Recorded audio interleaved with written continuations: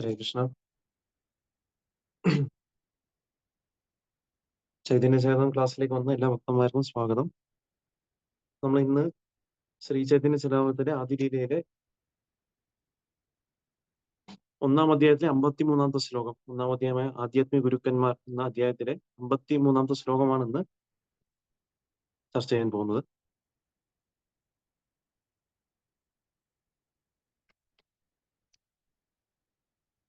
ജയ ജയ ശ്രീ ചൈതന്യ ജയ നിത്യാനന്ദ, ജയ ദ്വൈത ചന്ദ്ര ജയ ഗൗരഭക്ത വൃന്ദ. ജയ ജയ ശ്രീ ചൈതന്യ ജയ നിത്യാനന്ദ, ജയ ദ്വൈത ചന്ദ്ര ജയ ഗൗരഭക്ത വൃന്ദ.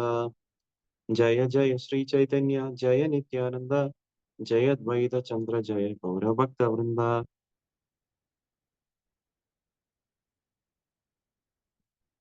ഹരേ കൃഷ്ണ. അപ്പൊ ആദിലീലയിലെ 1-ാം അധ്യായം 53-ാമത്തെ ശ്ലോകം.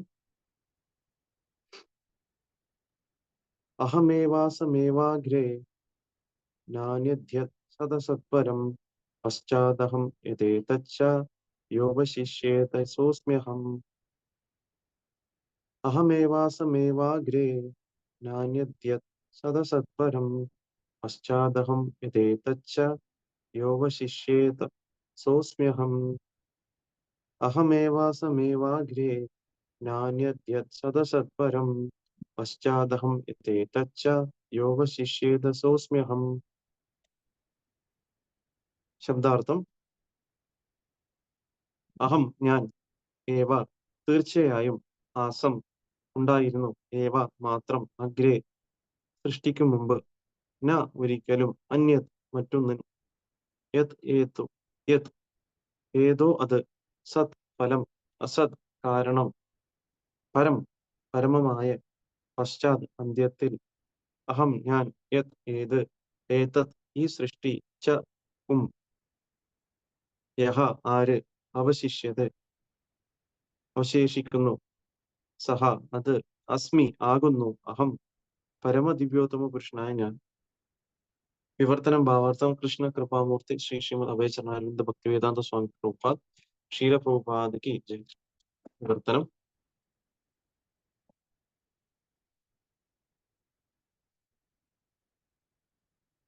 ഈ വിശ്വസൃഷ്ടിക്ക് മുമ്പ് ഞാൻ മാത്രമാണുള്ളത്. സ്ഥൂലമോ സൂക്ഷ്മമോ മൗലികമോ ആയ യാതൊരു പ്രതിഭാസവും അപ്പോഴില്ല. സൃഷ്ടിക്കു ശേഷം എല്ലാറ്റിലും ഞാനാണുള്ളത്. സംഹാരത്തിന് ശേഷവും ഞാൻ മാത്രം അവശേഷിക്കുന്നു. ഭാവാർത്ഥം: അഹം എന്നാൽ ഞാൻ എന്നർത്ഥം. അതുകൊണ്ട് അഹം എന്ന് പറയുന്ന വക്താവിന് നിശ്ചയമായും സ്വന്തം വ്യക്തിത്വം ഉണ്ടായിരിക്കണം. മായാവാദി തത്വജ്ഞാനികൾ അഹം എന്ന വാക്കിനാൽ അവ്യക്തിഗത ബ്രഹ്മത്തെയാണ് പരാമർശിക്കുന്നത്. മായാവാദികൾ അവരുടെ വ്യാകരണ ജ്ഞാനത്തിൽ വളരെ അഭിമാനം കൊള്ളുന്നവരാണ്. പക്ഷേ യഥാർത്ഥ വ്യാകരണ ജ്ഞാനമുള്ള ഏതൊരു വ്യക്തിക്കും അഹം എന്ന വാക്കിന്റെ അർത്ഥം ഞാൻ എന്നാണെന്നും, ഞാൻ എന്ന പദം പരാമർശിക്കുന്നത് ഒരു വ്യക്തിത്വത്തെയാണെന്നും മനസ്സിലാക്കാൻ കഴിയും. അതുകൊണ്ട് ഭഗവാൻ ബ്രഹ്മാവിനോട് സംസാരിക്കുമ്പോൾ തന്നെ അതീന്ദ്രിയ രൂപത്തെക്കുറിച്ച് വിവരിക്കവേ അഹം എന്ന പദം ഉപയോഗിക്കുന്നു. അഹം എന്ന വാക്കിന് നിശ്ചിതമായ ഒരർത്ഥമുണ്ട്. അത് ആർക്കും തന്നിഷ്ടത്തിന് വ്യാഖ്യാനിക്കാൻ കഴിയുന്ന അവ്യക്തമായ ഒരു പദമല്ല. അഹം എന്ന വാക്ക് കൃഷ്ണനാൽ പറയപ്പെടുമ്പോൾ അത് പരാമർശിക്കുന്നത് പരമദിവ്യോത്തമ പുരുഷനായ ഭഗവാനെ അല്ലാതെ മറ്റൊന്നിനെയുമല്ല. സൃഷ്ടിക്കു മുമ്പും അതിന്റെ വിഘടനത്തിന് ശേഷവും പരമപുരുഷനും അവിടുത്തെ പാർഷദന്മാർക്കുമല്ലാതെ മറ്റൊന്നിനും അസ്തിത്വമില്ല. ആ സമയത്ത് ഭൗതിക തന്മാത്രകൾക്കും അസ്തിത്വമില്ല. വൈദിക സാഹിത്യത്തിൽ ഇത് സ്ഥിരീകരിച്ചിട്ടുണ്ട്. വാസുദേവോ വാ ഇദം അഗ്ര ആസീൻ ന ബ്രഹ്മ ന ച ശങ്കര. സൃഷ്ടിക്ക് മുമ്പ് ബ്രഹ്മാവിനോ ശിവനോ അസ്തിത്വം ഉണ്ടായിരുന്നു. സൃഷ്ടിക്ക് മുമ്പ് ബ്രഹ്മാവിനോ ശിവനോ അസ്തിത്വമുണ്ടായിരുന്നില്ലെന്നും വിഷ്ണു മാത്രമാണ് ഉണ്ടായിരുന്നതെന്നും ആണ് ഈ മന്ത്രത്തിന്റെ സാരം. വിഷ്ണു അവിടുത്തെ ധാമമായ വൈകുണ്ഠങ്ങളിൽ നിലകൊള്ളുന്നു. ആത്മീയ ആകാശത്തിൽ അസംഖ്യം ലോകങ്ങളുണ്ട്. അവ ഓരോന്നിലും വിഷ്ണു തന്റെ പാർഷദന്മാരോടും അനുസാരികളോടും കൂടി വസിക്കുന്നു. ഭൗതിക സൃഷ്ടി ആനുകാലികമായി വിഘടിക്കുമെങ്കിലും ഒരിക്കലും വിനാശമില്ലാത്ത മറ്റൊരു വിധാനമുണ്ടെന്ന് ഭഗവത്ഗീതയിലും സ്ഥിരീകരിച്ചിട്ടുണ്ട്. സൃഷ്ടി എന്ന പദം ഭൗതിക സൃഷ്ടിയെയാണ് പരാമർശിക്കുന്നത്. എന്തുകൊണ്ടെന്നാൽ ആധ്യാത്മിക ലോകത്തിൽ എല്ലാറ്റിനും ശാശ്വതമായ അസ്തിത്വമുണ്ട്. അവിടെ സൃഷ്ടിയോ സംഹാരമോ ഇല്ല.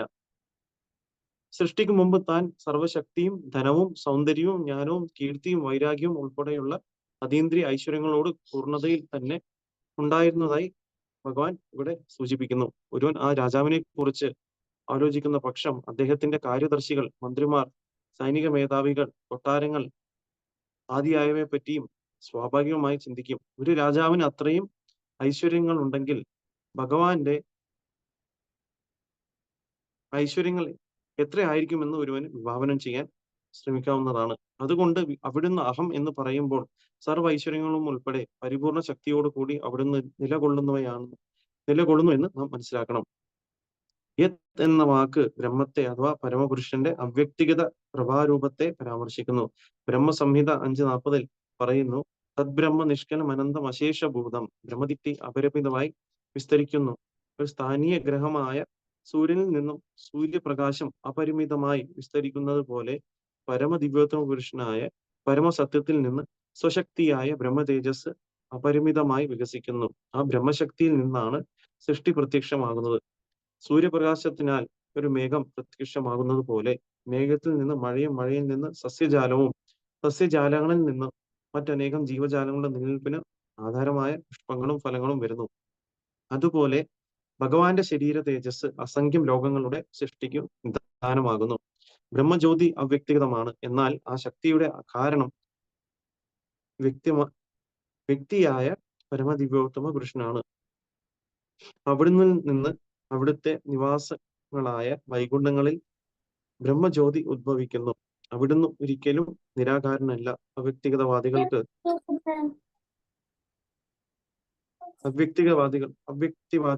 ബ്രഹ്മജ്യോതിയുടെ ഉറവിടം മനസ്സിലാക്കാൻ കഴിയാത്തതിനാൽ ഈ അവ്യക്തിഗത ബ്രഹ്മത്തെ പരമലക്ഷ്യമായി അവർ തെറ്റിദ്ധരിക്കുന്നു. എന്നാൽ ഉപനിഷത്തുകൾ പ്രസ്താവിച്ചുള്ളതുപോലെ ഒരുവന് ഭഗവാന്റെ മുഖം ദർശിക്കണമെങ്കിൽ ഈ അവ്യക്തിഗത ജ്യോതിയെ മറികടന്നു പോകണം.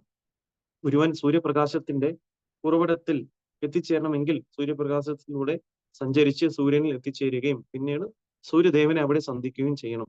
ശ്രീമദ് ഭാഗവതം വിശദമാക്കുന്നത് പോലെ പരമനിരപേക്ഷ സത്യം പരമപുരുഷനായ ഭഗവാനാണ്. സത് എന്നാൽ പരിണാമം എന്നും അസത് എന്നാൽ ഹേതു എന്നുമാണ് അർത്ഥം. പരിണാമത്തിനും കാരണത്തിനും അതീതമായ പരമസത്യത്തെ പ്രതിപാദിക്കുന്നു. സൃഷ്ടിയുടെ കാരണത്തെ മഹത്തത്വം അഥവാ സമഗ്ര ഭൗതിക ശക്തി എന്ന് വിളിക്കുന്നു. അതിന്റെ ഫലം സൃഷ്ടി തന്നെയാണ്. എന്നാൽ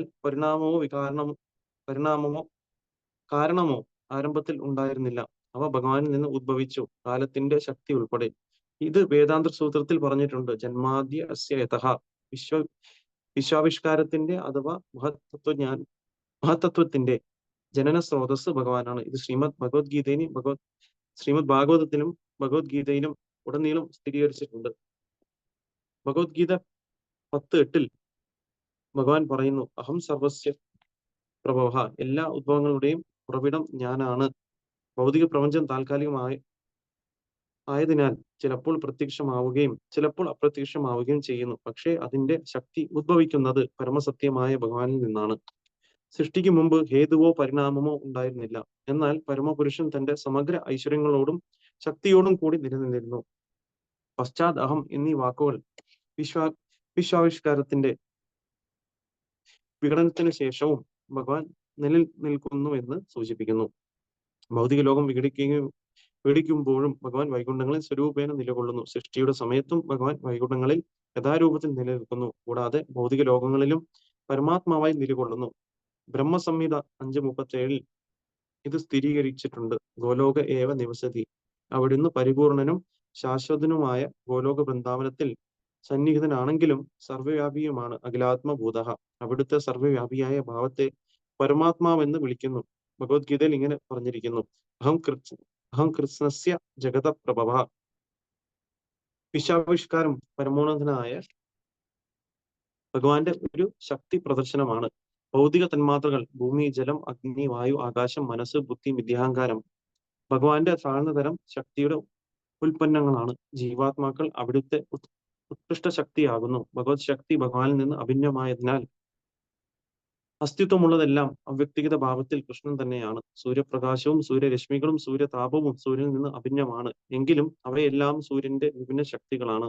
അതുപോലെ വിശ്വാവിഷ്കാരവും ജീവാത്മാക്കളും ഭഗവാൻ ശക്തികളാണ്. അവ ഒരേ സമയം അവിടുന്ന് നിന്ന് അഭിന്നവും ഭിന്നവുമായി കരുതപ്പെടുന്നു. ഭഗവാൻ അതിനാൽ പറയുന്നു, ഞാൻ എല്ലാമാകുന്നു. എന്തുകൊണ്ടെന്നാൽ എല്ലാം അവിടുത്തെ ശക്തിയാണ്. അതിനാൽ അവിടുന്നിൽ നിന്ന് അഭിന്നവുമാണ്. യോവശിഷ്യതേ സോസ്മ്യഹം. സൃഷ്ടിയുടെ വിഘടനാനന്തരം അവശേഷിക്കുന്നത് ഭഗവാൻ മാത്രമാണെന്ന് സൂചിപ്പിക്കുന്നു. ആത്മീയാവിഷ്കാരം ഒരിക്കലും അന്തർധാനം ചെയ്യുന്നില്ല. അത് ഭഗവാന്റെ അന്തരംഗ ശക്തിയിലുള്ളതും നിത്യമായി നിലനിൽക്കുന്നതുമാണ്. ബാഹ്യാവിഷ്കാരം പിൻവലിക്കപ്പെടുമ്പോഴും ഗോലോകത്തിലെയും മറ്റു വൈകുണ്ഠങ്ങളിലെയും പ്രവൃത്തികൾ ആത്മീയ മണ്ഡലത്തിൽ അസ്തിത്വമില്ലാത്ത കാലത്താൽ നിയന്ത്രിക്കപ്പെടാതെ അനവരതം തുടരുന്നു. അതിനാൽ ഭഗവത്ഗീത 15:6 പറയുന്നു, യത് ഗത്വാന നിവർത്തന്തേ തദ്ധാമ പരമം മമ. എവിടെ എത്തിയാൽ ഭൗതിക ലോകത്തിലേക്ക് തിരിച്ചു വരില്ലയോ അതാണ് എന്റെ പരമോന്നത ധാമം. ഓം അജ്ഞാനതിമിരാന്ധസ്യ ജ്ഞാനാഞ്ജനശലാകയാ ചക്ഷുരുന്മീലിതം യേന തസ്മൈ ശ്രീ ഗുരുവേ നമഃ. ശ്രീ ചൈതന്യ മനോഭീഷ്ടം സ്ഥാപിതം യേന ഭൂതലേം സ്വയരൂപകഥാമഹ്യം ദദാന്തിശ്ച പദാന്തികം. വന്ദേഹം ശ്രീഗുരു ശിവതപദകമലം ശ്രീഗുരുൻ വൈഷ്ണവാംശ്ച ശ്രീരൂപം സാഗരജാതം സഹഗണ രഘുനാഥാം വിദന്തം സജീവം സാദ്വൈതം സാവധൂതം പരിജനസഹിതം കൃഷ്ണ ചൈതന്യദേവം ശ്രീ രാധാകൃഷ്ണ പാദാൻ സഹനലീലാ ശ്രീലതാഭിഷേകാൻ വിദംശ്ച.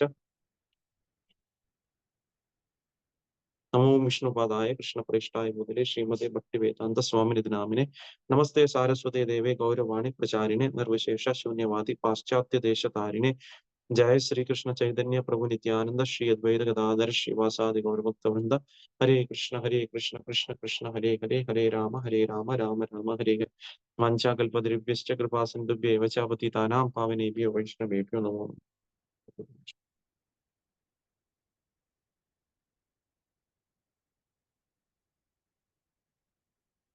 ഹരേ കൃഷ്ണ. എല്ലാവർക്കും ഇന്നത്തെ ക്ലാസ്സിലേക്ക് സ്വാഗതം. നമ്മൾ ഇന്ന് ചർച്ച ചെയ്യുന്നത് ശ്രീ ചൈതന്യ ചരിതാമൃതത്തിലെ ആദിലീല, അതായത് ആത്മീയ ഗുരുക്കന്മാരെ പറ്റിയാണ് ഈ ഒരു അധ്യായത്തിൽ ചർച്ച ചെയ്യപ്പെടുന്നത്. അതിൽ 53-ാമത്തെ ശ്ലോകമാണ് നമ്മൾ ചർച്ച ചെയ്യുന്നത്. അപ്പം ഈ ഒരു ശ്ലോകം എന്ന് പറയുന്നത് ശ്രീമദ് ഭാഗവതം വായിച്ച ഭക്തന്മാർക്ക് ഇത് കേട്ടൊരു ശ്ലോകം തന്നെയായിരിക്കും. കാരണം ഇതിനെ നമ്മൾ പറയുന്നത്, ഈ ഒരു ശ്ലോകം നമുക്കറിയാം ഭഗവാൻ കൃഷ്ണൻ ബ്രഹ്മാവിനോട് പറയുന്ന ശ്ലോകമാണ്. അപ്പം ആദ്യമായിട്ട് സൃഷ്ടിച്ചത് ഭഗവാൻ ബ്രഹ്മാവിനെയാണ് ഈ ഭൗതിക ലോകത്തിൽ. അപ്പൊ ബ്രഹ്മാവിന് ഈ ഭൗതിക പ്രകൃതി ഇങ്ങനെ പ്രവർത്തിക്കുന്നുള്ള കാര്യങ്ങളെ പറ്റിയും അപ്പം ഇതിനെ പറ്റിയൊക്കെ പറഞ്ഞു കൊടുക്കാൻ വേണ്ടിയിട്ട് അദ്ദേഹം 4 ശ്ലോകങ്ങളിലാണ് മൊത്തം ഈ ഒരു ഭൗതിക പ്രകൃതിയും ആധ്യാത്മിക പ്രകൃതിയെ പറ്റിയൊക്കെ അദ്ദേഹം പറഞ്ഞു കൊടുക്കുന്നത്. അതാണ് ചതുർശ്ലോകി ഭാഗവതം എന്ന് പറയുന്നത്. അപ്പം ആ ഒരു ഭാഗത്തിൽ നിന്നാണ് നമുക്ക് ചതുർശ്ലോകി ഭാഗവതം എന്ന ആ ഒരു ശ്ലോകങ്ങളിൽ ആദ്യത്തെ ഒരു ശ്ലോകം തന്നെയാണ് ഈ ഒരു ശ്ലോകം നമ്മൾ ഇന്ന് ചർച്ച ചെയ്യുന്നത്. അപ്പൊ നമുക്കറിയാം, നമ്മൾ കഴിഞ്ഞ കുറച്ച് ശ്ലോകങ്ങൾക്ക് മുമ്പ് പോയാൽ നമുക്ക് കാണാൻ സാധിക്കും. ഞാൻ ജസ്റ്റ് ഒരു കോണ്ടെക്സ്റ്റ് മനസ്സിലാക്കാൻ വേണ്ടിയിട്ട് ഞാൻ ജസ്റ്റ് ആ ഒരു ശ്ലോകം കൂടി വായിക്കാം. അപ്പൊ അതിൽ വളരെ വ്യക്തമായിട്ടും പറയുന്നുണ്ട്. അപ്പം ബ്രഹ്മദേവന് ഭഗവാനാണ് ആത്മസാക്ഷാത്കാരം കൊടുക്കുന്നത്.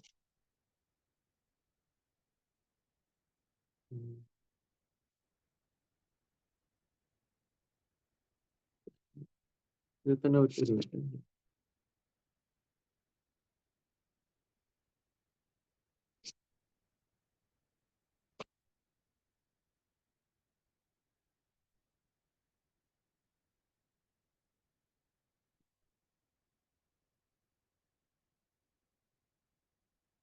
ഇതിൽ പറയുന്നുണ്ട്, ശ്ലോകം 50-ൽ പറയുന്നത്, യഥാ ബ്രഹ്മേണ ഭഗവാൻ സ്വയം ഉപദിശ്യാനു ഭാവിതവാൻ. അപ്പൊ ഈ ഒരു ശ്ലോകത്തിൽ പറയുന്നുണ്ട്, പരമപുരുഷനായ ഭഗവാൻ നേരിട്ട് ഉപദേശം നൽകി ബ്രഹ്മാവിനെ ബോധദീപ്തനാക്കി. അപ്പൊ ആ ഒരു ഭാഗത്തിലാണ് ഈ ഒരു ശ്ലോകം വരുന്നത്. ഭാഗവതത്തിൽ 2-ാം സ്കന്ധത്തിൽ എനിക്ക് തോന്നുന്നു 10-ാമത്തെ അധ്യായത്തിൽ എന്താണ് ഈ ശ്ലോകം വരുന്നത്.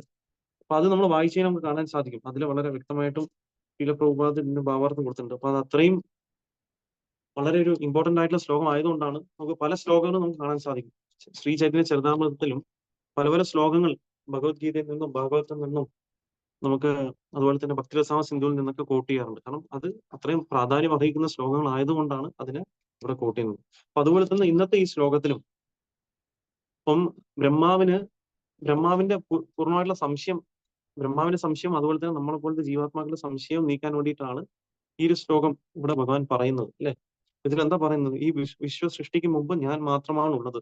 സ്ഥൂലമോ സൂക്ഷ്മമോ മൗലികമോ ആയ യാതൊരു പ്രതിഭാസവും അപ്പോഴില്ല. സൃഷ്ടിക്ക് ശേഷം എല്ലാറ്റിലും ഞാനാണുള്ളത്. സംഹാരത്തിന് ശേഷവും ഞാൻ മാത്രമാണ് അവശേഷിക്കുന്നത്. അപ്പോൾ വളരെ ആധികാരികമായിട്ടാണ് ഭഗവാൻ ഇവിടെ പറയുന്നത്. അപ്പൊ എന്താണ്? അപ്പൊ ഭഗവാനാണ് എല്ലാത്തിനും കാരണം എന്നുള്ള കാര്യം നമുക്ക് മനസ്സിലാക്കാൻ സാധിക്കും. അപ്പം ഇവിടെ പറയുന്നത്, ഇവിടെ അത് നമ്മൾ മനസ്സിലാക്കേണ്ട ഒരു കാര്യം തന്നെയാണ്. അപ്പം നമ്മൾ ശാസ്ത്രം നമ്മളിപ്പം നമ്മൾ നോക്കുകയാണെന്നുണ്ടെങ്കിൽ നമ്മളിപ്പോ ഹരേ കൃഷ്ണ പ്രസ്ഥാനത്തിലായത് കൊണ്ടല്ല ഭഗവാൻ കൃഷ്ണനാണ് എല്ലാത്തിനും കാരണം എന്ന് പറയുന്നത്, അല്ലെ? നമ്മൾ ചിലപ്പോൾ പറഞ്ഞു നിങ്ങൾ ഇസ്കോൺ ആയതുകൊണ്ടാണ് നിങ്ങൾ കൃഷ്ണനെ ആരാധിക്കുന്നതും കൃഷ്ണനെ പരമദിവ്യത്വ പുരുഷനായി കാണുന്നതും എന്നൊക്കെ പറയും. പക്ഷെ നമ്മൾ മനസ്സിലാക്കുന്നത് എന്താണ്? നമ്മൾ ഒരിക്കലും നമ്മളൊരു പ്രസ്ഥാനത്തിനോട് ചേർന്നുകൊണ്ടല്ല. ആക്ച്വലി നമ്മൾ എന്താണ്, നമ്മളെ ബേസിസ് എന്ന് പറയുന്നത് എന്താണ്? നമുക്ക് ശാസ്ത്രങ്ങളാണ്. ശാസ്ത്രങ്ങളിൽ വളരെ വ്യക്തമായിട്ട് പറഞ്ഞിട്ടുണ്ട്. അപ്പൊ അതിനെ ഫോളോ ചെയ്യുന്ന ഒരു പ്രസ്ഥാനമാണ് ഹരേകൃഷ്ണ പ്രസ്ഥാനം. അപ്പം അതുകൊണ്ട് അതിനെ ആധികാരികമായിട്ട് ഫോളോ ചെയ്യുന്ന ഒരു പ്രസ്ഥാനമായ ഹരേകൃഷ്ണ പ്രസ്ഥാനം വളരെ വ്യക്തമായിട്ട് നമുക്ക് പറഞ്ഞു തരികയാണ് എന്താണ്, ആരാണ് പരമദിവ്യത്വ പുരുഷൻ എന്നും ആരാണ് സൃഷ്ടിക്ക് കാരണം എന്നൊക്കെ കാര്യങ്ങൾ ഇതിൽ പറയുന്നുണ്ട്. അപ്പൊ നമുക്ക് അപ്പൊ നമ്മൾ ഗുരു സാധു ശാസ്ത്രം അനുസരിച്ചാണ് നമ്മളെല്ലാം ഫോളോ ചെയ്യുന്നത്. അപ്പം നമുക്ക് ആധികാരികമായിട്ടും ഇന്ന് നമുക്ക് ഈ ഒരു ഭഗവാൻ ഈ ഒരു ആധ്യാത്മിക ജ്ഞാനത്തിന് നമുക്ക് വളരെ വ്യക്തമായിട്ടും ഒരു കലർപ്പില്ലാതെയും തരുന്ന ഒരു പ്രസ്ഥാനം തന്നെയാണ് ഈ ഹരേ കൃഷ്ണ പ്രസ്ഥാനം. അപ്പൊ നമുക്ക് ഇതിലൂടെ നമുക്ക് വ്യക്തമായിട്ടും നമുക്ക് എന്താണ് ഭഗവാൻ എന്നും നമ്മൾ ആരാണെന്നും നമ്മൾ ഭഗവാൻ നമ്മളെ ശാശ്വത ബന്ധം എന്താണെന്നും നമ്മുടെ ജീവിതത്തിന്റെ യഥാർത്ഥ ലക്ഷ്യം എന്താണെന്ന് നമുക്ക് മനസ്സിലാക്കാൻ നമുക്ക് സാധിക്കും. അപ്പൊ ഈ ഒരു ശ്ലോകത്തിലും നമുക്ക് കാണാൻ സാധിക്കും. അപ്പൊ ഇവിടെ വളരെ വ്യക്തമായിട്ടും ആദ്യത്തെ അക്ഷരത്തിന് അഹം ഏവാസം ഏവാഗ്രേ, അഹം എന്ന് പറയുമ്പോൾ ഇവിടെ ഭഗവാൻ ഞാൻ എന്നുള്ളൊരു ഒരു വാക്കാണ് ഉപയോഗിക്കുന്നത്. അപ്പൊ അതുകൊണ്ട് തന്നെയാണ് ഇവിടെ ഭാവാർത്ഥത്തിൽ ശീല പ്രഭുപാദ് വളരെ വ്യക്തമായിട്ടും ഇതിലൊരു കാര്യം പറയുന്നത്. അപ്പൊ ഇവിടെ പറയുന്നത് എന്താണ്? അപ്പം അഹം എന്നാൽ ഞാനാണെന്ന് അർത്ഥം, ഇല്ലേ? അപ്പൊ അപ്പൊ ഞാൻ എന്ന് പറയുമ്പോൾ ഓട്ടോമാറ്റിക്കലി അവിടെ ഒരു വ്യക്തിത്വം അവിടെ ഉണ്ട്, അല്ലെ? അപ്പൊ നമുക്കറിയാം പലപ്പോഴും ശൂന്യവാദികൾ മായാവാദികളൊക്കെ പറയുന്നത് എന്താണ്? അപ്പൊ അതൊരു എന്താണ്, ഭഗവാൻ ഭഗവാൻ ഇവിടെ അഹം എന്ന് പറയുമ്പോൾ അവർ പറയും അല്ല, അഹം എന്ന് പറയുന്നത് ഭഗവാൻ അകത്തുള്ള ബ്രഹ്മമാണെന്നും അല്ലെങ്കിൽ വേറെ രീതിയിൽ പറയും അവര് അത് അവ്യക്തിഗത ബ്രഹ്മമാണെന്നൊക്കെ അവർ പറയും. പക്ഷെ ഏതൊരു വ്യക്തിക്കും സാധാരണ നമ്മളൊരു ബുദ്ധി ഉപയോഗിച്ച് ഈ ശ്ലോകം വായിക്കുകയാണെങ്കിൽ ഇപ്പൊ ഇതിൽ പറയുന്നു, ഇതിൽ ഞാൻ മാത്രമാണ് ഉള്ളത് എന്നുള്ള വാക്ക് പറയുമ്പോൾ ഞാൻ എന്ന് പറയുമ്പോൾ അവിടെ ഓട്ടോമാറ്റിക്കലി അവിടെ ഒരു വ്യക്തിത്വം ഉണ്ട്, അല്ലെ? ഒരു എക്സാമ്പിൾ ആയിട്ട് നോക്കുകയാണെങ്കിൽ എന്റെ കൈ, എന്റെ കണ്ണ് എന്നൊക്കെ പറയുമ്പോൾ ഓട്ടോമാറ്റിക്കലി എന്താണ്? അപ്പൊ ഞാൻ എന്ന് പറഞ്ഞാൽ വ്യക്തിത്വം ഉള്ളതുകൊണ്ടാണ് ഈ കൈയും കണ്ണൊക്കെ എക്സിസ്റ്റൻസ് ഉള്ളത്. അപ്പൊ അതുപോലെ തന്നെ അപ്പൊ ഇവിടെയും ഞാൻ എന്ന് പറയുമ്പോൾ നമുക്ക് മനസ്സിലാക്കേണ്ട കാര്യം എന്താണ്? ഇവിടെ ഞാൻ എന്ന് പറയുന്നത് ഭഗവാൻ കൃഷ്ണനെ പറ്റിയാണ് പറയുന്നത്. അപ്പൊ ഭഗവാൻ കൃഷ്ണനാണ് എല്ലാത്തിനും കാരണം. അപ്പം ഭഗവാൻ എന്ന് പറയുന്നത് ഒരു വ്യക്തിയാണെന്നും അപ്പം ആ വ്യക്തിയാണ് നമ്മൾ ആരാധിക്കേണ്ടതെന്നും വളരെ വ്യക്തമായിട്ടും ഇവിടെ ഒരു പറയുന്നുണ്ട്. അപ്പം അതുകൊണ്ടാണ് ഇതിൽ നമുക്കറിയാം ഈ ഒരു ഇത് അഹം എന്ന വാക്കിന് നിശ്ചിതമായ ഒരു അർത്ഥമുണ്ട്. അത് ആർക്കും തന്നിഷ്ടത്തിന് വ്യാഖ്യാനിക്കാൻ കഴിയുന്ന അവ്യക്തമായ ഒരു പദമല്ല. അപ്പം ശ്രീല പ്രഭുപാദ് പറയുന്നുണ്ട്, അല്ലെ? അപ്പൊ അഹം എന്ന് പറയുമ്പോൾ ഞാൻ ഇപ്പൊ എന്റെ കൈ എന്ന് പറയുമ്പോൾ ഓട്ടോമാറ്റിക്കലി എനിക്കറിയാം എന്താണ്, അല്ലെ? അപ്പൊ എന്റെ എന്ന് പറയുന്നത് അപ്പൊ അത് വ്യക്തമായിട്ടും എനിക്കാണ് അതിന്റെ പൂർണ്ണമായിട്ടുള്ള ആ ശക്തിയുള്ളത്. ഒരു ഒരു കാര്യത്തിനെ പറയാൻ വേണ്ടിയിട്ടുള്ളത് എന്റേതാണെന്ന് പറയുമ്പോൾ വേറൊരു വ്യക്തിക്ക് പറയാൻ പറ്റുന്നത് എന്റേതല്ല, വേറൊരു വ്യക്തിയുടെയാണെന്ന് പറയാൻ സാധിക്കില്ല. അപ്പൊ അതുപോലെ തന്നെ ഇവിടെ വ്യക്തമായിട്ടും ഭഗവാൻ തന്നെ പറയുന്നത്. അപ്പൊ അതിനെ ഒരിക്കലും നമ്മൾ തെറ്റായ രീതിയിൽ വ്യാഖ്യാനിക്കാൻ പാടില്ല. അപ്പൊ അതാണ് ഇന്ന് കാലത്ത് നമുക്ക് കാണാൻ സാധിക്കും. പല വ്യക്തികളും അതിനെ വേറെ പല രീതിയിലും വളച്ചൊടിച്ച് ഇതിന്റെ അർത്ഥത്തിനെ അർത്ഥശൂന്യമാക്കുകയാണ് ചെയ്യുന്നത്. അപ്പൊ അതൊരിക്കലും ചെയ്യാൻ പാടില്ല. അപ്പൊ ഇവിടെ വളരെ വ്യക്തമായിട്ടും ഞാൻ എന്ന് പറയുമ്പോൾ ഇവിടെ പരമദിവ്യത്വ പുരുഷനായ ഭഗവാൻ കൃഷ്ണനാണെന്നും ഭഗവാൻ അല്ലാതെ വേറൊന്നിനെ അല്ല അത് കാണിക്കുന്നതെന്നും നമ്മൾ മനസ്സിലാക്കാം.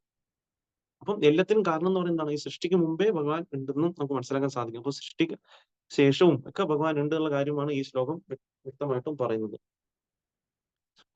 അപ്പൊ അതാണ് അടുത്തൊരു ഇതിൽ പറയുന്നത്. ഇന്നത്തെ ഇത് വലിയൊരു ഭാവാർത്ഥമാണ് ആക്ച്വലി വന്നിട്ട് നമ്മൾ നോക്കുകയാണെന്നുണ്ടെങ്കിൽ. അപ്പൊ നമ്മൾ ഓരോരോ പാരഗ്രാഫായിട്ട് ജസ്റ്റ് നോക്കി പോവാം.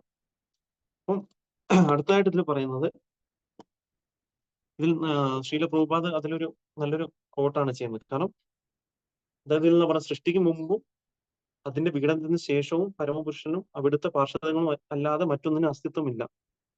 ആ സമയത്ത് ഭൗതിക തന്മാത്രകൾക്ക് അസ്തിത്വമില്ല. അപ്പൊ നമുക്കറിയാം സൃഷ്ടി സ്ഥിതി സംഹാരം 3 കാര്യങ്ങളാണ് നടക്കുന്നത് ഭൗതിക ലോകത്തിൽ. അപ്പോൾ സൃഷ്ടിക്ക് മുമ്പും അപ്പം നമ്മൾ സ്ഥിതി ചെയ്യുമ്പോഴും പിന്നെ സംഹാരത്തിന് ശേഷമുള്ള ഒരേ ഒരു വ്യക്തി എന്ന് പറയുന്നത് ഭഗവാനാണ്, ഭഗവാൻ കൃഷ്ണനാണെന്ന് വളരെ വ്യക്തമായിട്ട് പറയുന്നു. അപ്പൊ നമുക്കറിയാം, നമ്മൾ നേരത്തെ പറഞ്ഞ പോലെ തന്നെ ശാസ്ത്രത്തിൽ നിന്ന് നമുക്കത് ശീല പ്രഭുപാദ് ഇവിടെ വളരെ വ്യക്തമായിട്ട് കോട്ട് ചെയ്ത് തരുന്നുണ്ട്. ഏതാണ് ഒരു ശ്ലോകം പറയുന്നു? വാസുദേവോ വ ഇദം അഗ്ര ആസീന ബ്രഹ്മണ ച ശങ്കര. എന്താണ്? സൃഷ്ടിക്ക് മുമ്പ് ബ്രഹ്മാവിനോ ശിവനോ അസ്തിത്വം ഉണ്ടായിരുന്നു അസ്തിത്വം ഉണ്ടായിരുന്നില്ലെന്നും വിഷ്ണു മാത്രമാണ് ഉണ്ടായിരുന്നതെന്നും ആണ് ഈ മന്ത്രത്തിന്റെ സാരം. അപ്പൊ വളരെ വ്യക്തമായിട്ടും പറയുന്നുണ്ട് ഇതില്. അപ്പൊ സൃഷ്ടിക്ക് മുമ്പ് അതിനുശേഷവുമുള്ള വ്യക്തി എന്ന് പറയുന്നത് ഭഗവാനാണ്. ബാക്കിയുള്ള അപ്പൊ അതിനുശേഷം ബാക്കിയുള്ള നമ്മളായ ജീവാത്മാക്കൾ ബാക്കി എല്ലാം കാണുന്ന കാര്യങ്ങളൊക്കെ ആ സംഹാരത്തിന് ശേഷം തിരിച്ച് മഹത്വത്തിലോട്ട് പോവുകയാണ് ചെയ്യുന്നത്. അപ്പം വളരെ വ്യക്തമായിട്ട് നമുക്ക് ഇവിടെ മനസ്സിലാക്കാൻ സാധിക്കും, ഇതിന് കാരണം എന്ന് പറയുന്നത് ഭഗവാനാണ് ഉള്ള കാര്യം ആണ് ഇതിൽ പറയുന്നത്. അപ്പം നമുക്ക് അറിയാൻ സാധിക്കും. അപ്പം ഇതിൽ പറയുന്നൊരു കാര്യം കൂടിയുണ്ട്. അപ്പൊ നമുക്കറിയാം, ഈ ഭൗതിക സൃഷ്ടി നമ്മൾ ഇവിടെ ഭൗതിക സൃഷ്ടി വരുന്ന സമയത്തും ഭഗവാൻ ഒരിക്കലും ഇതിന് ഡയറക്റ്റ് ആയിട്ട് അതിനെ ഇടപെടേണ്ട ആവശ്യം വരുന്നില്ല. അപ്പം ഭഗവാൻ അതേ സമയത്ത് അദ്ദേഹം വൈകുണ്ഠ നാമത്തിൽ ഉണ്ടായിരിക്കുകയും ചെയ്യും. പക്ഷെ അതിന്റെ ശക്തിയാൽ ഈ കാര്യങ്ങളൊക്കെ നടക്കുകയും ചെയ്യും. അപ്പൊ അവിടെ ഭഗവാൻ നേരിട്ട് വന്ന് ഇവിടെ ഓരോ കാര്യം ചെയ്യേണ്ട ആവശ്യമില്ല. രാവിലെ 6 മണി ഇവിടെ സൂര്യൻ ഉദിക്കണമല്ലോ, അല്ലെങ്കിൽ വൈകിട്ട് 6:30 ഇനിയിപ്പോ സൂര്യൻ അസ്തമിക്കണമല്ലോ. അപ്പൊ ഇതൊക്കെ ഭഗവാൻ ചിന്തിച്ച് ചെയ്യേണ്ട ആവശ്യമില്ല. അതിനാണ് ഭഗവാന്റെ പാർശ്വതങ്ങളും ബാക്കിയുള്ള ഉപദേവതകളൊക്കെ ഉള്ളത്. അപ്പൊ ഈ കാര്യങ്ങളൊക്കെ ചെയ്യാൻ വേണ്ടിയിട്ടാണ് ഭഗവാന്റെ വിസ്തരങ്ങളായിട്ടുള്ള ബാക്കിയുള്ള ശക്തികൾ ഉള്ളത്. ഭഗവാൻ ഒരിക്കലും ഈ കാര്യങ്ങളെ പറ്റി ചിന്തിക്കേണ്ട ആവശ്യമില്ല. അദ്ദേഹം അദ്ദേഹം എന്താണ്? അദ്ദേഹം ലീലകൾ ആടിക്കൊണ്ടിരിക്കുകയാണ് ഗോലോകധാമത്തിൽ വന്നിട്ട്. അപ്പൊ നമുക്കറിയാമല്ലോ, ഒരു എക്സാമ്പിൾ ആയിട്ട് നമ്മൾ നോക്കുകയാണെന്നുണ്ടെങ്കിൽ നമുക്ക് കാണാൻ സാധിക്കുന്ന ഒരു എക്സാമ്പിൾ ആണ്. ഇപ്പൊ ഒരു വലിയൊരു ഫാക്ടറി ഉണ്ട് അല്ലെ. ഇപ്പൊ ഒരു ഫാക്ടറിയുടെ മുതലാളിയായിട്ടുള്ള ഒരു വ്യക്തി, അപ്പം ഫാക്ടറിയുടെ മുതലാളിയായിട്ടുള്ള ഒരു വ്യക്തി എന്ത് ചെയ്യും? അദ്ദേഹത്തിന്റെ MD എന്ന പദത്തിൽ ആ ഒരു കസേരയിൽ ഇരുന്നു കൊണ്ടാണ് അദ്ദേഹം കാര്യങ്ങളൊക്കെ നോക്കുന്നത്. അദ്ദേഹത്തിന് വന്ന് ഓരോ കാര്യങ്ങൾ ചെയ്യേണ്ട ആവശ്യമില്ല. ഞാൻ ഇവിടെ വന്ന് രാവിലെ ഫാക്ടറി തുറക്കേണ്ട ആവശ്യമില്ല. പിന്നെ അതിനുശേഷം നമ്മൾ നോക്കുകയാണെന്നുണ്ടെങ്കിൽ നമ്മളിപ്പോ അതിനുശേഷം ഓരോ സ്വിച്ച് ഓൺ ചെയ്യേണ്ട ആവശ്യമില്ല. അല്ലെങ്കിൽ ഓരോ വ്യക്തികൾ വന്നോളൂ അറ്റൻഡൻസ് നോക്കേണ്ട ആവശ്യമില്ല. അവിടുത്തെ ഓരോരോ കാര്യങ്ങൾ നോക്കേണ്ട ആവശ്യമില്ല. അദ്ദേഹം അദ്ദേഹം അവിടെ ഉണ്ടെങ്കിലും ഇല്ലെങ്കിലും അവിടുത്തെ കാര്യങ്ങൾ നടക്കും. അപ്പൊ അതുപോലെ തന്നെ നമ്മൾ അതുപോലെ തന്നെയാണ് നമുക്കിവിടെ ഭഗവാൻ അദ്ദേഹത്തിന് ധാമത്തിൽ ഇരുന്നുകൊണ്ട് തന്നെയാണ് ഈ കാര്യങ്ങളൊക്കെ നടത്തുന്നത്. അപ്പൊ അതിനു വേണ്ടിയിട്ട് അദ്ദേഹത്തിന് വന്നിറങ്ങി ചെയ്യേണ്ട ഓരോ കാര്യങ്ങളില്ല. അപ്പൊ അദ്ദേഹത്തിന്റെ ശക്തിയാൽ വിസ്തരണങ്ങളാൽ ഈ കാര്യങ്ങളൊക്കെ നടക്കും എന്നാണ് ഇവിടെ അത് പറയുന്നത്. അപ്പം നമുക്ക് അടുത്തതായിട്ട് ഒരു കാര്യം പറയുന്നത് ആണ്, നമുക്കിവിടെ കാണാൻ സാധിക്കും. ഇതിൽ വളരെ ഒരു സൃഷ്ടി എന്ന് പറഞ്ഞ പദത്തിനെ പറ്റിയാണ് ഇവിടെ പറയുന്നത്. ഇവിടെ പറയുന്നതാണ്, ഭൗതിക സൃഷ്ടി മറ്റൊരു വിധാനം ഭൗതിക സൃഷ്ടി ആനുകാലികമായി വിഘടിക്കുമെങ്കിലും ഒരിക്കലും വിനാശമില്ലാതെ മറ്റൊരു വിധാനമുണ്ടെന്നും ഭഗവത്ഗീതയിലും സ്ഥിരീകരിച്ചിട്ടുണ്ട്. സൃഷ്ടി എന്ന പദം ഭൗതിക സൃഷ്ടിയാണെന്ന് പരാമർശിക്കുന്നത് എന്തുകൊണ്ടെന്നാൽ ആധ്യാത്മിക ലോകത്തിൽ എല്ലാറ്റിനും ശാശ്വതമായ അസ്തിത്വമുണ്ട്. അവിടെ സൃഷ്ടിയോ സംഹാരമോ ഇല്ല. അപ്പൊ നമ്മൾ നോക്കുകയാണെന്നുണ്ടെങ്കിൽ ഈ സൃഷ്ടി എന്ന് പറയുന്നത് ഭൗതിക ലോകത്തിലാണുള്ളത്. കാരണം എന്ന് പറഞ്ഞാൽ നമുക്ക് ആധ്യാത്മിക ലോകത്തിൽ സൃഷ്ടിയുടെ ആവശ്യമില്ല. കാരണം അത് സനാതനമായിട്ടുള്ളതാണ്. അവിടെ സൃഷ്ടി, സ്ഥിതി, സംഹാരം എന്ന വാക്കുകൾ അവിടെ പ്രയോഗിക്കേണ്ട ആവശ്യമില്ല. കാരണം എന്താണ്? അവിടെ എന്നെന്നുമുള്ള ലോകമാണ് ആധ്യാത്മിക ലോകം. അവിടെ ഒരിക്കലും നമ്മൾ ഇവിടെ കാണുന്ന പോലെ ഒരു നമുക്ക് ഇവിടെ ഒരു നമുക്കെന്താ ഒരു സംഹാരം അല്ലെങ്കിൽ സ്ഥിതി, സൃഷ്ടി വീണ്ടും വീണ്ടും ഒരു സൈക്കിൾ പോലെ നടക്കുന്നില്ല. അവിടെ എന്നും സനാതനമായ ധാമമാണ്. അപ്പൊ അവിടെ ഒരിക്കലും നാശം സംഭവിക്കുന്നില്ല എന്നുള്ള കാര്യമാണ് ഇവിടെ പറയുന്നത്. അപ്പൊ സൃഷ്ടി എന്ന് പറയുന്ന വാക്ക് നമുക്ക് ഭൗതിക ലോകത്തിലാണ് അപ്ലിക്കബിൾ നമ്മൾ നോക്കുകയാണെന്നുണ്ടെങ്കിൽ. പിന്നെ അതുപോലെ തന്നെ നമുക്കറിയാം, അപ്പം ഇത് നമുക്ക് ശ്രീമദ് ഭഗവത്ഗീതയിലും അതുപോലെ തന്നെ നമുക്ക് പറയുന്നുണ്ട്. ഈ ഒരു ഇതിനെ ആസ്പദമാക്കിയിട്ടുള്ള ഒരു ശ്ലോകത്തിൽ പറയുന്നുണ്ട്,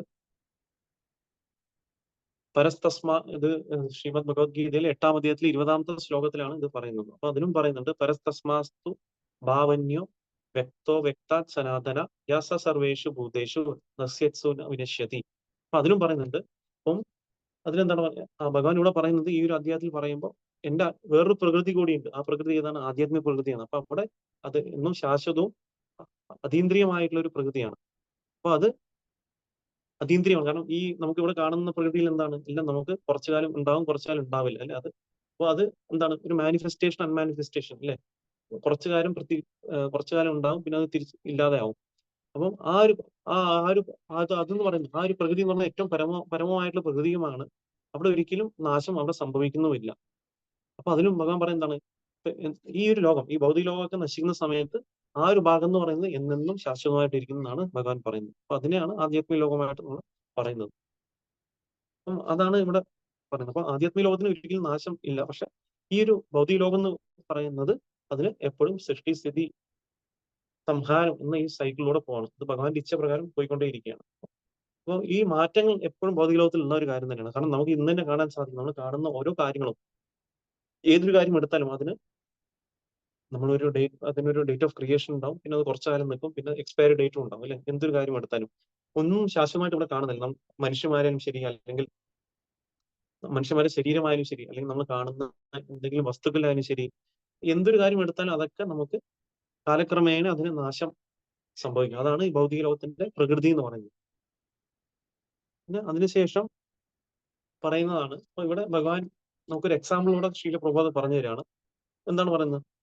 സൃഷ്ടിക്ക് മുമ്പും ഭഗവാൻ എന്ന് പറയുന്നതാണ് സർവ്വശക്തിയും ധനവും സൗന്ദര്യവും ജ്ഞാനവും കീർത്തിയും വൈരാഗ്യം ഉൾപ്പെടെയുള്ള അതീന്ദ്രിയ ഐശ്വര്യങ്ങളോട് പൂർണ്ണതയിൽ തന്നെ ഉണ്ടായിരുന്നതായി ഭഗവാൻ ഇവിടെ സൂചിപ്പിക്കുന്നു അല്ലെ? ഈ സൃഷ്ടിക്ക് മുമ്പും ഭഗവാൻ ഉണ്ടായിരുന്നു. അപ്പൊ അദ്ദേഹം പൂർണ്ണ ശക്തി ഇല്ലേ? ഭഗവാൻ എന്ന് പറയുന്ന ഷഡ് ഐശ്വര്യ പൂർണ്ണമായിട്ടുള്ള വ്യക്തിയാണ് അല്ലെ? നമ്മള് പരാശര മുനിയും പറയുന്ന ഒരു കാര്യം തന്നെയാണ്. ഐശ്വര്യസ്യ സമഗ്രസ്യ വീരസ്യ യശസ്ശ്രിയ ജ്ഞാന വിജ്ഞാന നിശ്ചൈവ ഷഡ്വിടി ഭവൻ ഗണാം അല്ലേ? അപ്പൊ എന്താണ്? ഐശ്വര്യസ്യ സമഗ്രസ്യ വീരസ്യ യശസ്ശ്രിയ. അപ്പൊ എന്താണ്?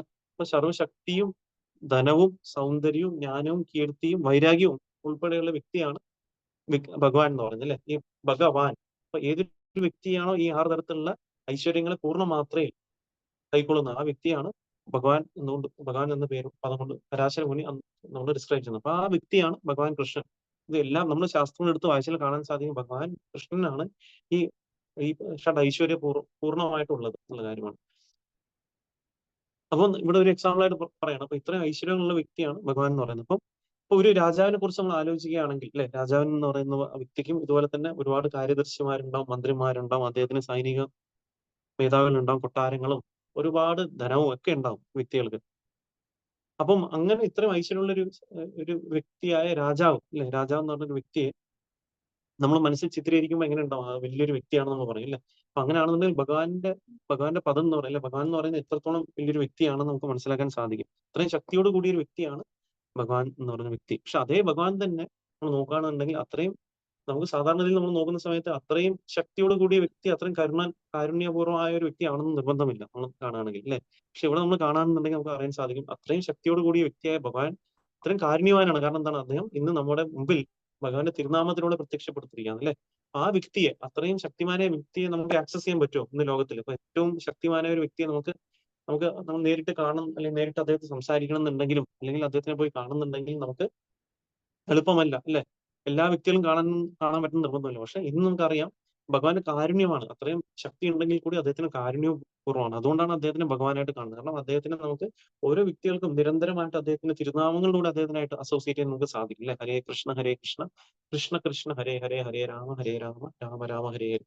ഭഗവാന്റെ തിരുനാമങ്ങൾ ജപിക്കുന്ന ഒരു വ്യക്തിക്ക് ഓരോ നിമിഷവും ഭഗവാനായിട്ട് നമുക്ക് നിരന്തരം ഭഗവാനെ പറ്റി ഓർക്കാൻ സാധിക്കും. അപ്പൊ അങ്ങനെ നിരന്തരം ഓർക്കുന്ന ഒരു വ്യക്തിക്ക് ഒരിക്കലും നാശവും സംഭവിക്കില്ല എന്ന് ഭഗവാൻ തന്നെ പ്രോമിസ് പറയുന്നുണ്ട് ഭഗവത്ഗീതയിൽ.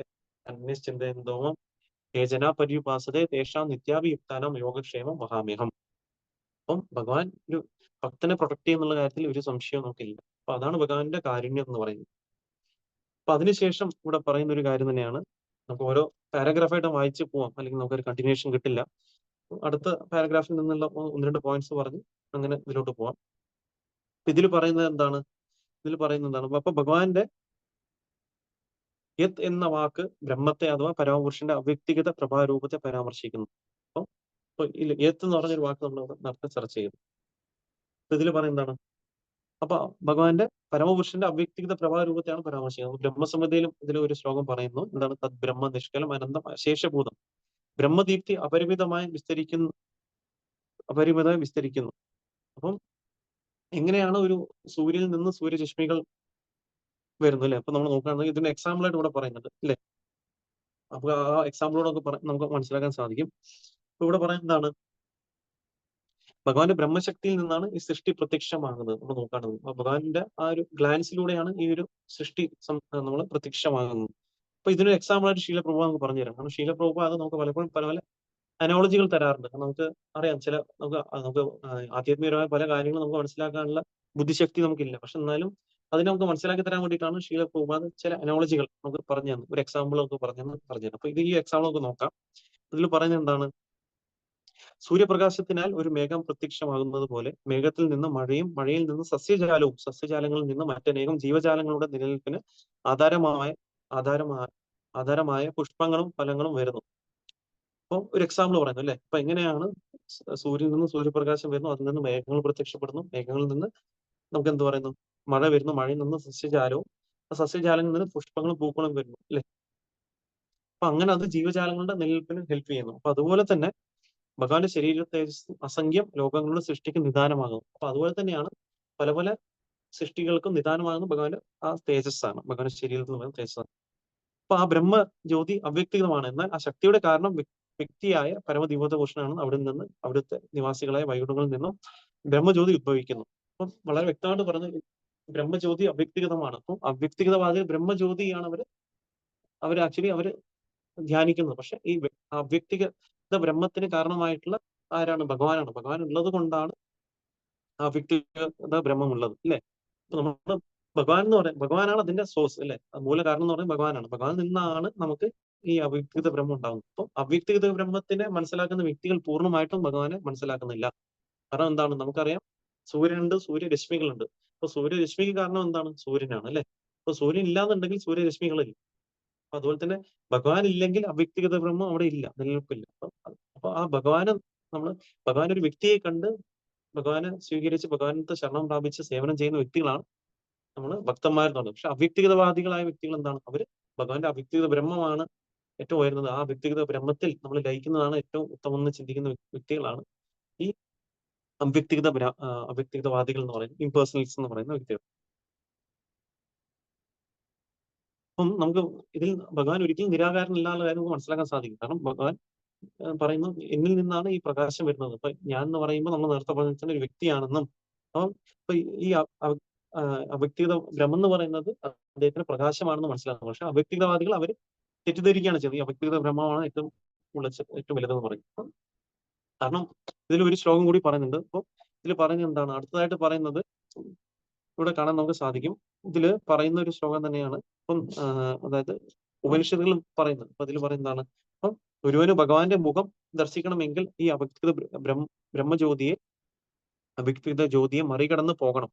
ഒരുവൻ സൂര്യപ്രകാശത്തിന്റെ ഉറവിടത്തിൽ എത്തിച്ചേരണമെങ്കിൽ സൂര്യപ്രകാശത്തിലൂടെ സഞ്ചരിച്ച് സൂര്യനിൽ എത്തിച്ചേരുകയും പിന്നീട് സൂര്യദേവനെ അവിടുന്ന് സന്ധിക്കുകയും ചെയ്യണം. ശ്രീമദ് ഭാഗവതം വിശദമാക്കുന്നത് പോലെ നിരപേക്ഷ സത്യം പരമകൃഷ്ണനായ ഭഗവാനാണ്. അപ്പൊ വളരെ വ്യക്തമായിട്ടും നമുക്ക് പറയാം, അവ്യക്തിഗത ബ്രഹ്മത്തിനെ ക്രോസ് ചെയ്ത് പോയ ഒരു വ്യക്തിക്ക് ഭഗവാനെ നമുക്ക് സാക്ഷാത്കരിക്കാൻ സാധിക്കുള്ളൂ എന്നുള്ള കാര്യമാണ് ഇവിടെ പറയുന്നത് ഇല്ലേ. നമുക്ക് എങ്ങനെയാണ് സൂര്യരശ്മികളെ കടന്നാലേ ഒരു വ്യക്തിക്ക് സൂര്യനെ പൂർണ്ണമായിട്ടും കാണാൻ സാധിക്കുള്ളൂ. അപ്പൊ നമുക്കറിയാം, ഇത് ശ്രീമദ് ഭാഗവതത്തിലും പറയുന്ന ശ്ലോകമാണ്. വദന്തി തത്വ വിധസ്തത്വം വിജ്ഞാനം അദ്വയം ബ്രഹ്മേതി ഭഗവാനേതി പരമാത്മേതി ശബ്ദത എന്ന് പറയുന്നത്. അപ്പൊ എന്താണ്? അപ്പൊ പരമസത്യത്തിനെ മൂന്നായിട്ട് തരംതിരിക്കുന്നു. അതായത് എന്താണ്? ബ്രഹ്മേതി ഭഗവാന് പരമാത്മ ഇല്ലേ. അപ്പൊ നമുക്കറിയാം ഇത് മൂന്നായിട്ടാണ് തരംതിരിക്കുന്നത്. അപ്പൊ എന്താണ്? ഭഗവാൻ, അതായത് പരമദിവ്യതോഷ ഭഗവാൻ, പിന്നെ അടുത്തായിട്ട് നമുക്ക് പറയുന്നതാണ് അവ്യക്തിഗത ബ്രഹ്മം, പിന്നെ പരമാത്മാരൂപം. അപ്പൊ ഈ മൂന്ന് കാര്യങ്ങൾ ഭഗവാന്റെ മൂന്ന് വിസ്തരങ്ങളാണ് ആക്ച്വലി നമ്മൾ നോക്കുകയാണെങ്കിൽ. അപ്പൊ അതിൽ പൂർണ്ണമായിട്ടും ഭഗവാനാണ്. ഭഗവാൻ ഉണ്ട്, ഭഗവാന്റെ പ്രകാശമാണ് അവ്യക്തിഗത ബ്രഹ്മം. പിന്നെ അതല്ലാതെ തന്നെ ഭഗവാൻ തന്നെ പ്രത്യക്ഷ രൂപേണ നമുക്ക് കാണാൻ സാധിക്കും. ഭഗവാൻ തന്നെ പരമാത്മാ രൂപേണ നമ്മൾ എന്ത് ചെയ്യുന്നു? പരമാത്മ രൂപേണ ഈ ഒരു ലോകത്തിലുള്ള എല്ലാ ജീവജാലങ്ങളുടെ ഹൃദയത്തിലും നമ്മൾ പരമാത്മ രൂപേണ അതിൽ കുടികൊള്ളാണ് ചെയ്യുന്നത്. അപ്പം നമ്മൾ നേരത്തെ പറഞ്ഞ പോലെ തന്നെ നമുക്കറിയാം, സൂര്യദേവനുണ്ട്, സൂര്യഗ്രഹത്തിൽ സൂര്യദേവനുണ്ട്, സൂര്യഗ്രഹം, പിന്നെ സൂര്യഗ്രഹത്തിൽ നിന്ന് വരുന്ന എന്താണ്? സൂര്യരശ്മികളുണ്ട്. അപ്പൊ നമ്മൾ സൂര്യരശ്മികളെ മനസ്സിലാക്കി കഴിഞ്ഞാൽ ഒരിക്കലും ഭഗവാനെ പൂർണ്ണമായിട്ട് സൂര്യനെ പൂർണ്ണമായിട്ട് മനസ്സിലാക്കാൻ സാധിക്കില്ല. പിന്നെ അടുത്തതായിട്ട് നമുക്കറിയാം, അടുത്തായിട്ട് സൂര്യഗ്രഹമുണ്ട്. സൂര്യഗ്രഹം അല്ലെ അടുത്തായിട്ട് വരുന്നത്. പിന്നെ സൂര്യദേവനുണ്ട്. അപ്പൊ നമ്മൾ നോക്കുകയാണെങ്കിൽ സൂര്യദേവൻ, സൂര്യഗ്രഹം, പിന്നെ സൂര്യരശ്മികൾ. അപ്പൊ സൂര്യരശ്മികളെ മനസ്സിലാക്കുന്ന ഒരു വ്യക്തി എന്ന് പറയുമ്പോൾ അദ്ദേഹം ചിന്തിക്കുന്ന സൂര്യൻ എന്ന് പറയുന്നത് സൂര്യരശ്മികൾ മാത്രമാണെന്ന് ചിന്തിക്കുന്നു. പക്ഷെ അതല്ല സത്യം. അതിന് മുകളിൽ എന്താണ്? പിന്നെ അടുത്തൊരു വ്യക്തി എന്ന് പറയുന്നത് എന്താണ്?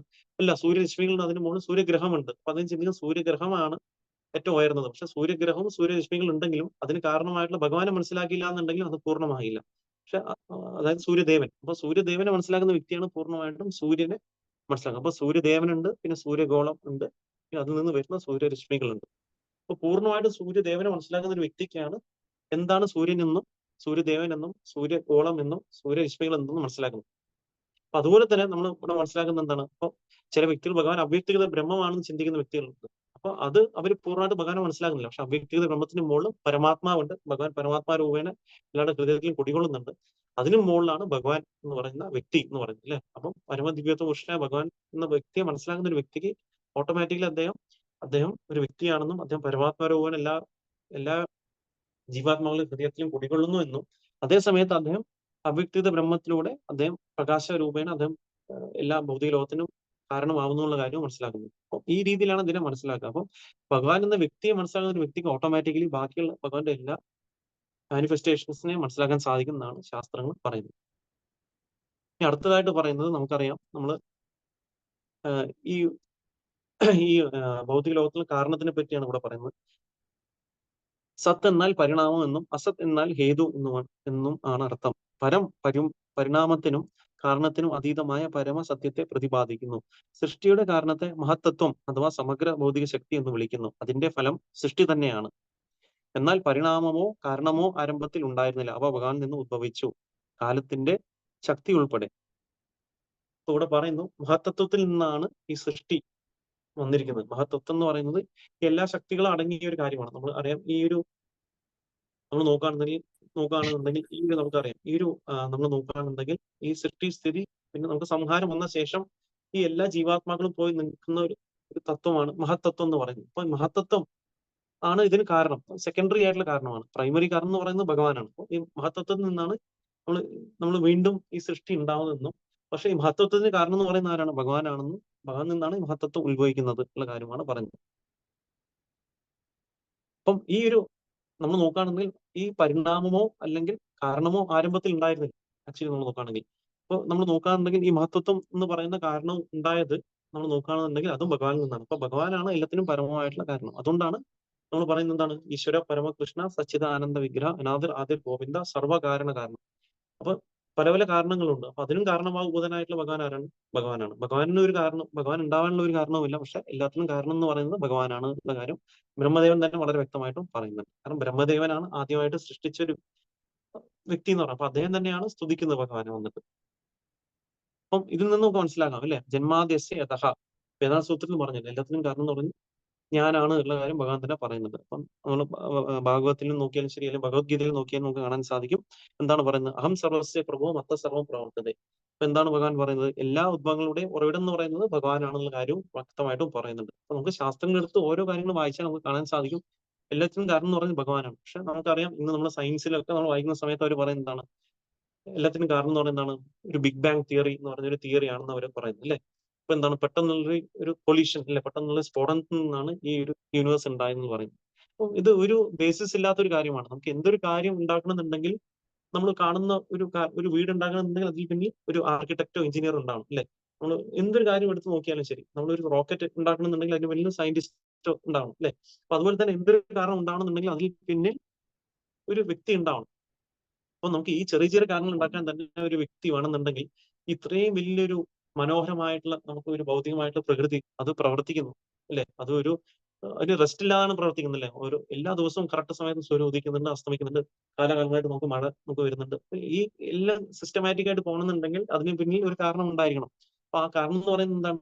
ഒരു വ്യക്തിയായിരിക്കണം. ആ വ്യക്തി ആരാണ്? അത് ശാസ്ത്രം വളരെ വ്യക്തമായിട്ട് പറയുന്നു, ഭഗവാനായിട്ടുള്ള കൃഷ്ണനാണ് എന്നുള്ള കാര്യം വ്യക്തമായിട്ട് പറയുന്നു. പക്ഷെ നമുക്ക് എന്താണ് പറയുന്നത്? നമ്മുടെ വ്യക്തികളുടെ വിദ്യാഹങ്കാരം കാരണം അവർ ചിന്തിക്കുന്നു അല്ല ഇതൊക്കെ ഓട്ടോമാറ്റിക്കലി നടക്കുന്നു, അല്ലെങ്കിൽ ഇതൊക്കെ ഒരു ഭൗതിക പ്രകൃതിയുടെ ജസ്റ്റ് ഒരു കാരണം ബൈ ചാൻസ് ആണ് അല്ലെ. ചാൻസ് കൊണ്ട് ഒരു കാര്യം സംഭവിക്കില്ല. എന്തോ ഒരു കാരണം, എന്തോ ഒരു ചാൻസ് കൊണ്ടാണ് ഇതൊക്കെ സംഭവിക്കുന്നത്.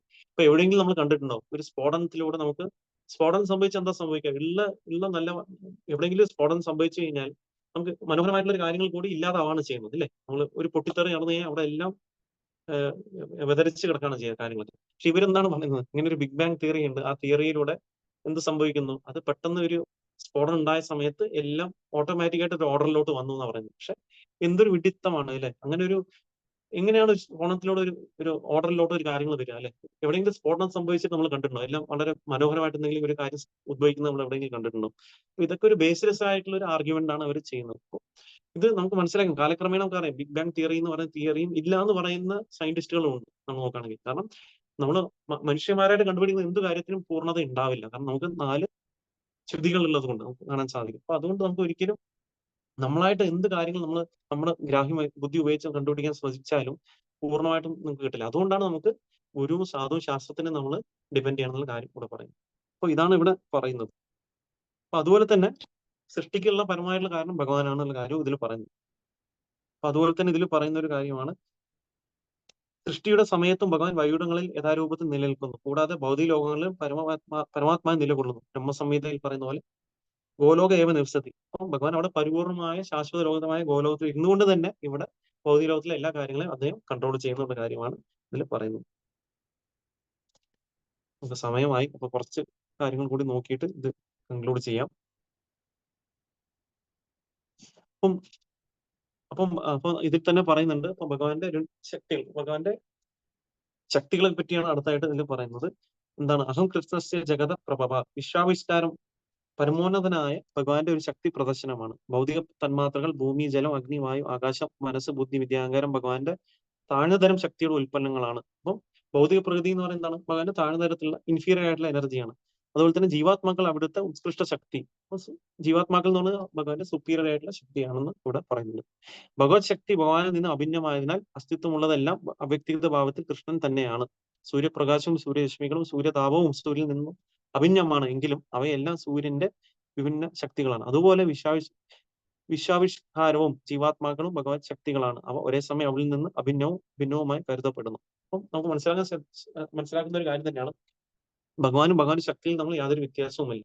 അപ്പം ഭഗവാൻ ഗോലോകധാമത്തിൽ ഉള്ള സമയത്ത് തന്നെ ഭഗവാന്റെ ശക്തികൾ ഇവിടെ പ്രവർത്തിക്കുകയാണ്. ഇവിടെ സൂര്യനുണ്ട്, ചന്ദ്രനുണ്ട്.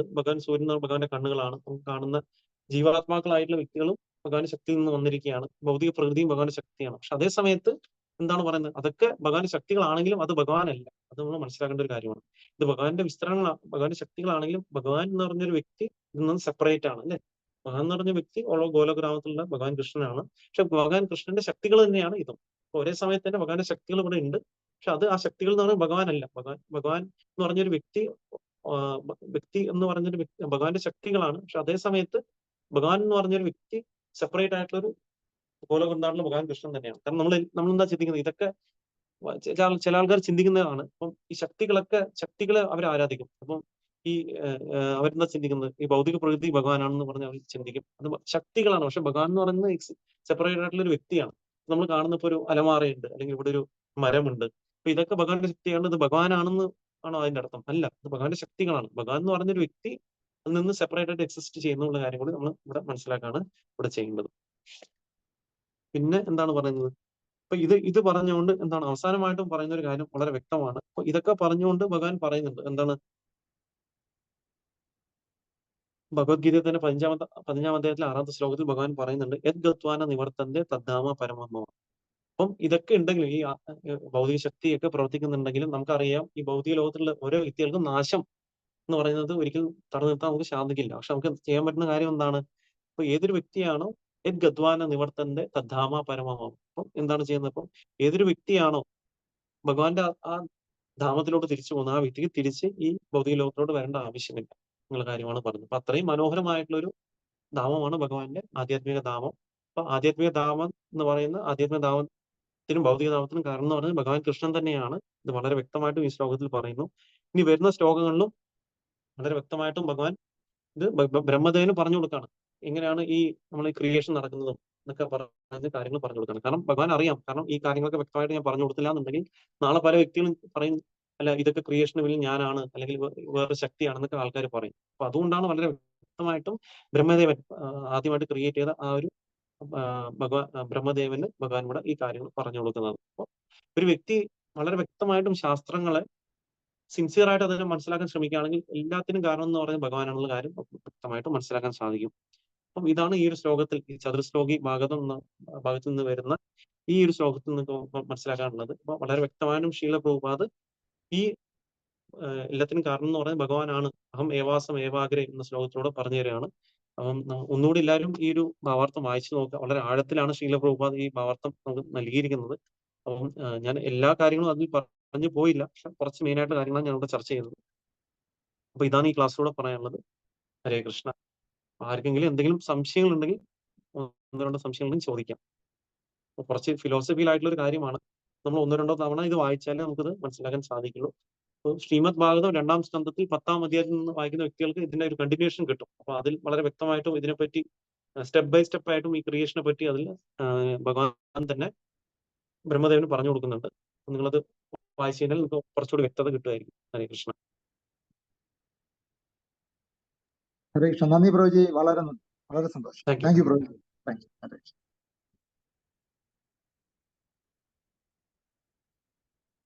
ഓക്കെ, അപ്പം എനിക്ക് തോന്നുന്നു ബാക്കി ആയിരിക്കും. ഹരേ കൃഷ്ണ. ഹരേ കൃഷ്ണ. ഹരേ കൃഷ്ണ. അപ്പം വേറെ ആർക്കും സംശയങ്ങളൊന്നും ഇല്ലാന്ന് തോന്നുന്നു. എല്ലാവർക്കും മനസ്സിലായെന്ന് പ്രതീക്ഷിക്കുന്നു. അറിയില്ല, ഇത് കുറച്ചൊരു ഫിലോസഫിക്കൽ ആയിട്ടുള്ള ഒരു ഇതായിരുന്നു, ഭാഗമായിരുന്നു. അപ്പൊ നമ്മൾ ഭാവാർത്ഥം ഒന്നുകൂടി എല്ലാവരും വായിച്ചു നോക്കുക. 1-2 തവണ ഭാവാർത്ഥം വായിക്കുക. ഭാഗവതത്തിൽ ഏതെന്ന് പറഞ്ഞിട്ട് ഭാഗവതത്തില് ഹരേ കൃഷ്ണ മാജി. ഭാഗവതത്തിൽ ഏത് ചാപ്റ്റർ എന്ന് പറഞ്ഞു? ഭാഗവത്തില് നമുക്ക് ഇത് വരുന്നത് മാജി, എനിക്ക് തോന്നുന്നു 2-ാം സ്കന്ധത്തില് 9-ാം അധ്യായത്തിലാണ് ഇത് വരുന്നത് മാജി. 9-ാം അധ്യായത്തിൽ 33-ാമത്തെ ശ്ലോകം. 2:9:33 ഇതേ ശ്ലോകം തന്നെയാണ് അവിടെ വരുന്നത് മാജി. അപ്പം 2:9:33 നമ്മൾ വായിച്ചു കഴിഞ്ഞാൽ ഇതിനെപ്പറ്റി ഫുൾ ഡീറ്റെയിൽ ആയിട്ട് അതിൽ വരുന്നുണ്ട്. ഈ ആ ഒരു അധ്യായത്തിൽ നമുക്ക് വരുന്നുണ്ട് എങ്ങനെയാണ് ഈ പ്രകൃതി ഉണ്ടാവുന്ന കാര്യങ്ങളെ പറ്റിയൊക്കെ ഭഗവാൻ കൃഷ്ണൻ ആക്ച്വലി ബ്രഹ്മദേവൻ പറഞ്ഞു കൊടുക്കുകയാണ് ചെയ്യുന്നത്. അപ്പോൾ 2:9:33 മുതലുള്ള ശ്ലോകങ്ങളിൽ വായിച്ചു കഴിഞ്ഞാൽ നമുക്ക് കാണാൻ സാധിക്കും. Hare Krishna. Hare Krishna. Thank you. Okay, അപ്പൊ നമുക്ക് വേറെ സംശയങ്ങളൊന്നും ഇല്ലാന്ന് തോന്നുന്നു. അപ്പം ഇത്ര നേരം ക്ലാസ് ശ്രദ്ധയോടെ കേട്ട എല്ലാ ഭക്തന്മാർക്കും വിനീതമായ നന്ദി. അതുപോലെ തന്നെ ഈ ഒരു അവസരം തന്ന് ഹിസ് ഗ്രേസ് കഥാമത പ്രഭുവിനും വളരെ ആത്മാർത്ഥമായി നന്ദി പറയുന്നു. അപ്പൊ നമുക്ക് ഇന്നത്തെ ക്ലാസ് ഇവിടെ എൻഡ് ചെയ്യാം. ശ്രീ ചൈതന്യ ചരിതാമൃതം കി ജയ്. ശീല പ്രഭുപാദ് കി ജയ്. സമവേദ ഗൗരഭക്തവൃന്ദം കി ജയ്. ഹരേ കൃഷ്ണ. നന്ദി പ്രഭുജി. ഹരേ കൃഷ്ണ. Thank you Prabhu. ഹരേ കൃഷ്ണ. ഹരി